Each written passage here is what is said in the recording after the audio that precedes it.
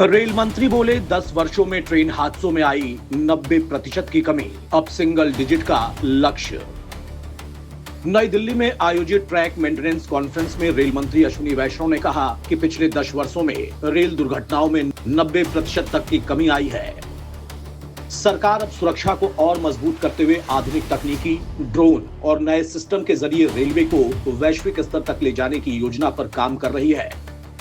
Rail मंत्री अश्विनी वैष्णव ने all India track maintenance conference में भारतीय रेलवे के भविष्य को लेकर कई बड़ी बातें कही।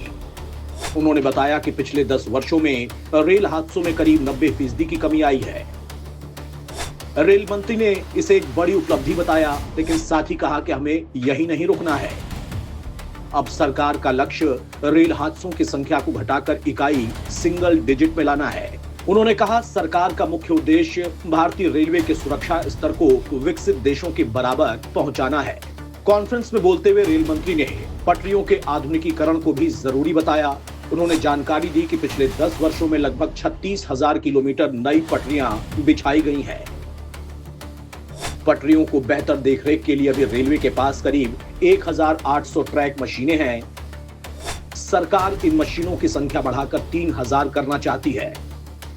जब मशीनों की संख्या 3,000 के करीब पहुंच जाएगी, तो पटरियों की जांच और मरम्मत से जुड़ी पुरानी समस्याएं काफी हद तक खत्म हो जाएंगी। रेल मंत्री ने इस बात पर भी जोर दिया कि रेलवे के बुनियादी ढांचे की सुरक्षा और कर्मचारियों की सुरक्षा दोनों ही समान रूप से महत्वपूर्ण है।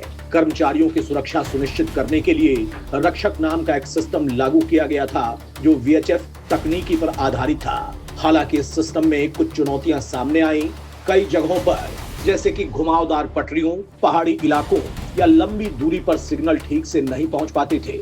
इससे जानकारी मिलने में देरी होती थी और हादसों का खतरा बढ़ जाता था। इसके समाधान के रूप में अब एक नया मोबाइल फोन आधारित सिस्टम तैयार किया गया है, जो अधिक भरोसेमंद है। फिलहाल इसका टेस्ट चल रहा है।